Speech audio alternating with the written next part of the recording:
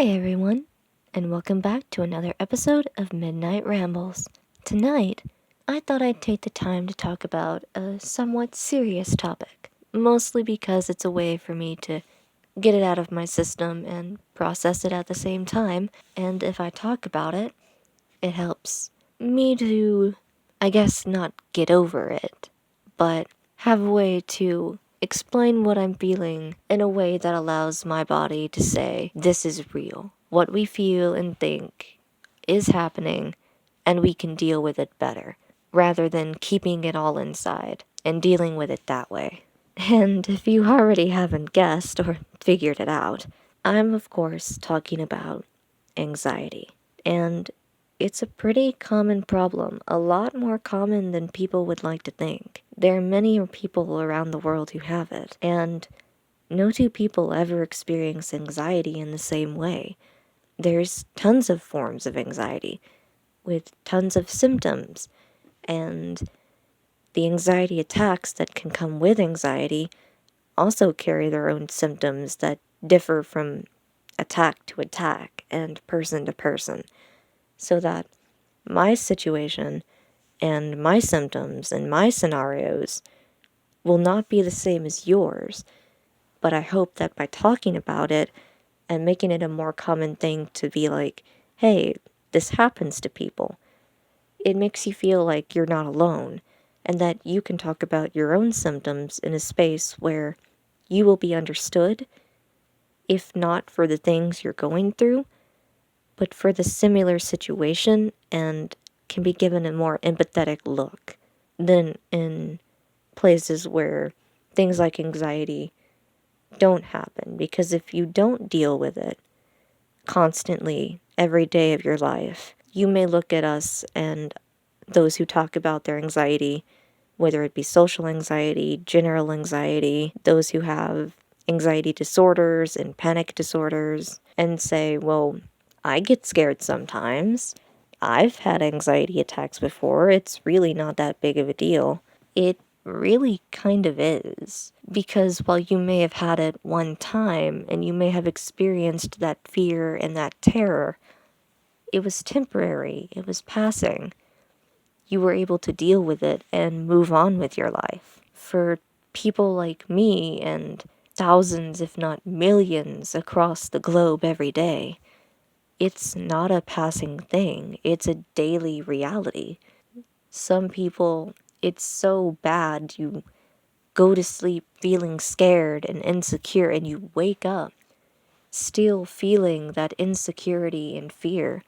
It doesn't go away. It's not a wound. You can't just patch it up and deal with it and it goes away on its own. You live with it inside of your chest and inside of your head. And even for people who have become medicated and who take therapy to help mitigate the problem, their symptoms are managed and they've learned to cope and live with the anxiety that they feel.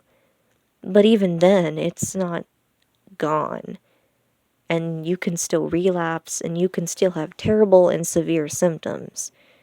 So it's more so about learning methods to help yourself feel more comfortable in your own skin and help you in the situations where you know your anxiety is going to flare up.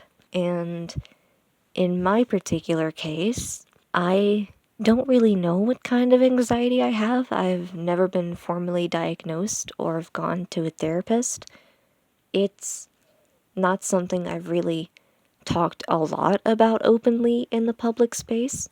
I've written about it before, and I've talked about it with close friends and a few family members, but I've never really seen of it as a problem to share openly because I never really knew quite how to talk about it. Because it's not like a sickness you can see. You can't walk up to someone and say, hey, I have anxiety and I have these gaping holes in my arms, so don't touch me, otherwise you'll send me into a spiral of panic and fear.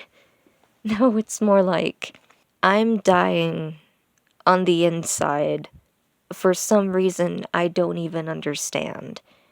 and I can't talk about it or explain it.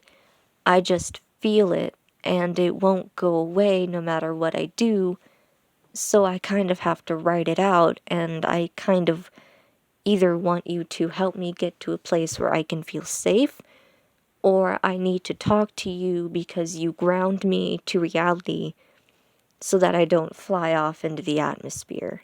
And personally, in my case of anxiety, now that I can get back onto the topic of talking about it instead of just generalizing, I've had anxiety for a really long time, it feels like. I had my first panic attack when I was in the 8th grade, and I distinctly remember the event, where it happened, how it happened, how I felt. It was during a supplemental kind of class, and in that particular class, it was a math class. I was sitting in the row of seats from the farthest I could get from the door, kind of towards the back, like directly across from the teacher. And our supplemental math teacher had come in, and she was teaching the lesson, and I remember feeling kind of annoyed. Because, I'm an 8th grader. I'm kind of aggravated because math isn't my forte. I'm not really interested. When all of a sudden, my heart started beating faster. And really hard. So hard I could feel it pumping through my chest. And I thought, oh my god, I'm dying. I'm having a heart attack. And yet, when I tried to speak, it felt like my entire throat had closed in on itself and I couldn't move. I felt paralyzed. And I kept looking around, thinking, I need help. Somebody, anyone notice. Notice that I'm not okay. And it felt like those kinds of things went on for forever. It felt like it kept going on for hours. And by the time the lesson was over, I felt mentally and physically exhausted, as if I had run 20,000 miles underneath the ocean waves. And I went throughout the rest of my day feeling tired, lethargic, and when I got home, I told my parents about it, and they looked at each other and said, "Oh, you just had an anxiety attack. It's okay. Everybody has those. You'll be fine." And I thought, well, okay. It'll be fine. If everyone has those, I'm not different. It'll be fine in the morning. And then the next day, it happened again. And again, and it kept happening. And each time was a little different. There was no consistency to any of the symptoms that I felt at any one time. Sometimes I could be sitting in class and my heart would always race. I would feel cold, and yet I was sweating. Sometimes I would feel like I was floating outside of my head, and I could, feel myself be present in the moment, but I'm not really there. I'm, seeing myself through the lens of somebody else, and my brain is all side of a fog, and my limbs feel heavy and just cold, and sometimes I can feel like I can't breathe very well. I can breathe just fine. I can feel my chest expanding and slowly easing back. I can feel the air flowing from my mouth and from my nose, but it just feels like my chest is tight and like there's something somehow preventing me from breathing normally, and I just can't get the thought out of my head.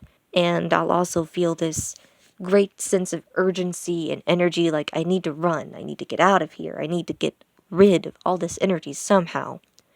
So I'll tap my foot really, really fast and just shake my leg to help get the energy out and to help my body feel like, oh, your heart's beating fast. Obviously, you must be in a situation where you are running for your life. So here you go. Have all this adrenaline and stuff you don't need. And it doesn't help. Thanks though, brain. You're doing an A-okay job, but not helpful.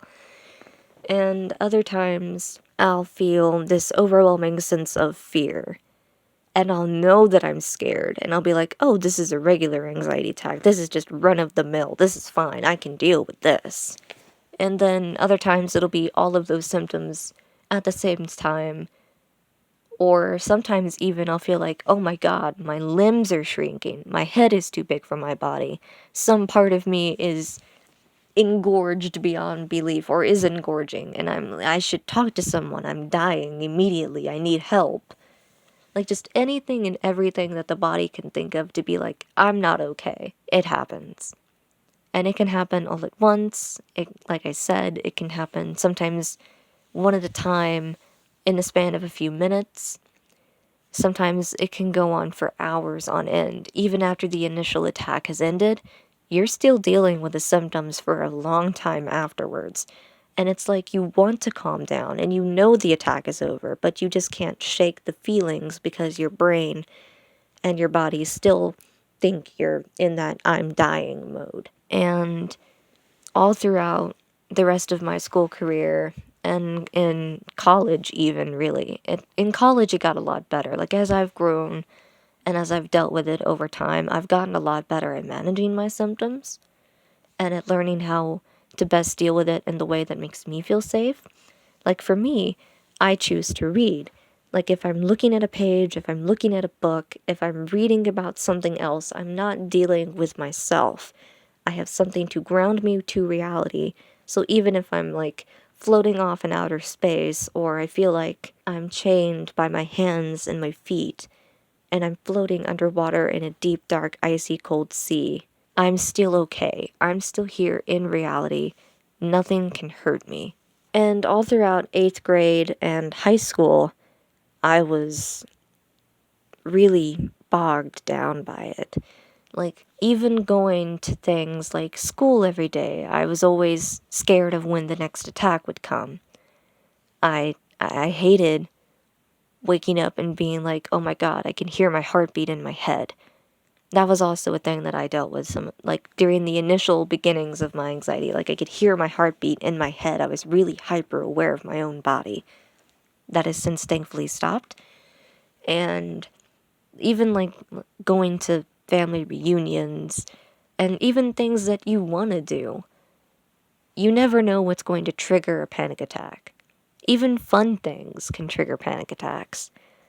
Like, you'll just be sitting around talking to your friends. Sometimes, even for me, I'll be sitting around hanging out with my family for no reason at all, just watching TV, and it just, all of a sudden, it just happens. Like, oop, okay, here we go. Time for panic.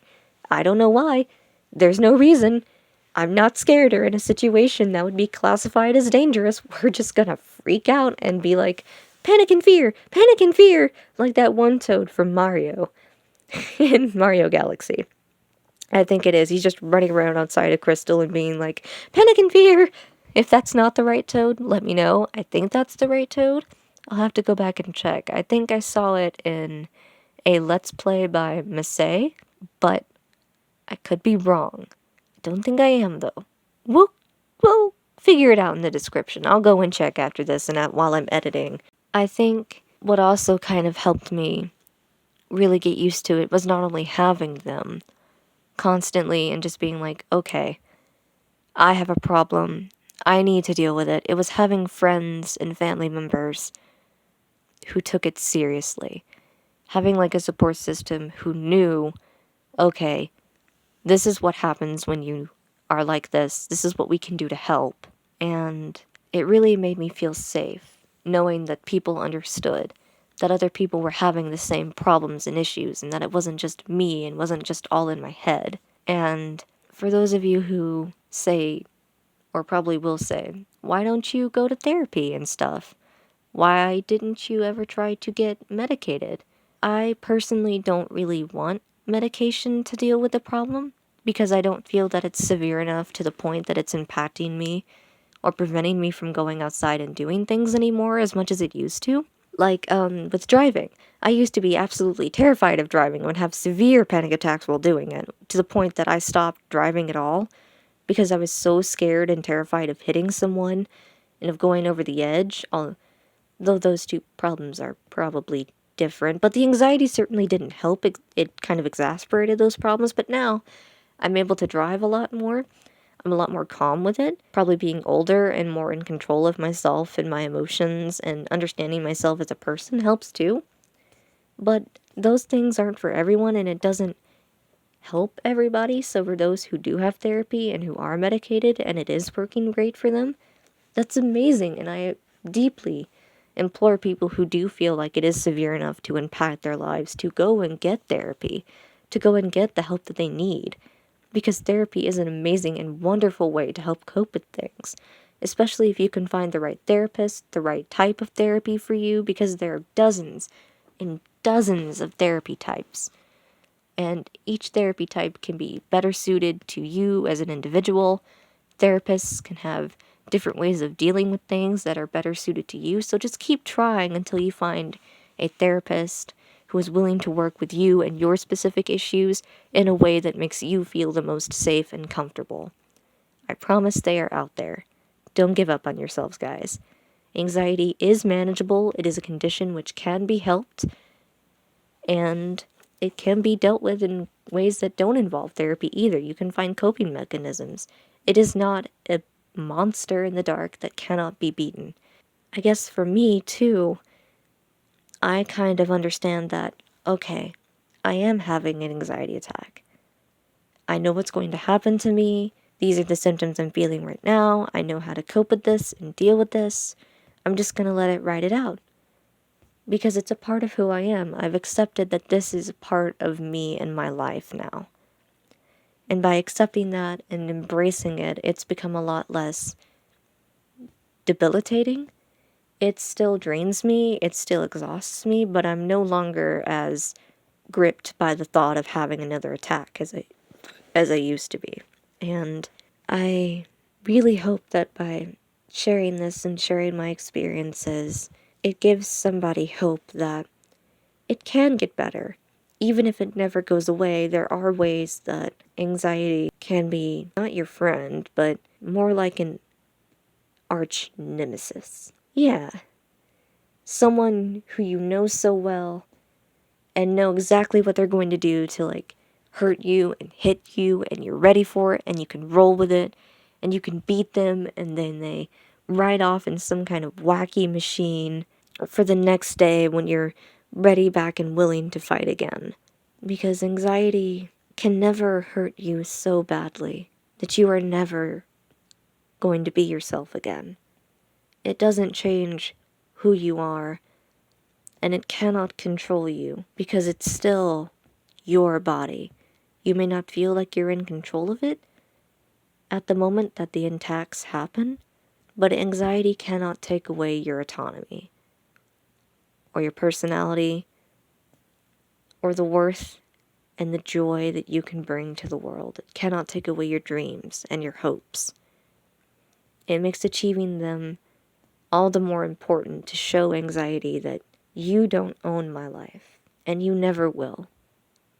Because I am loved, I am here to make an impact in the world, and you are not going to stop me.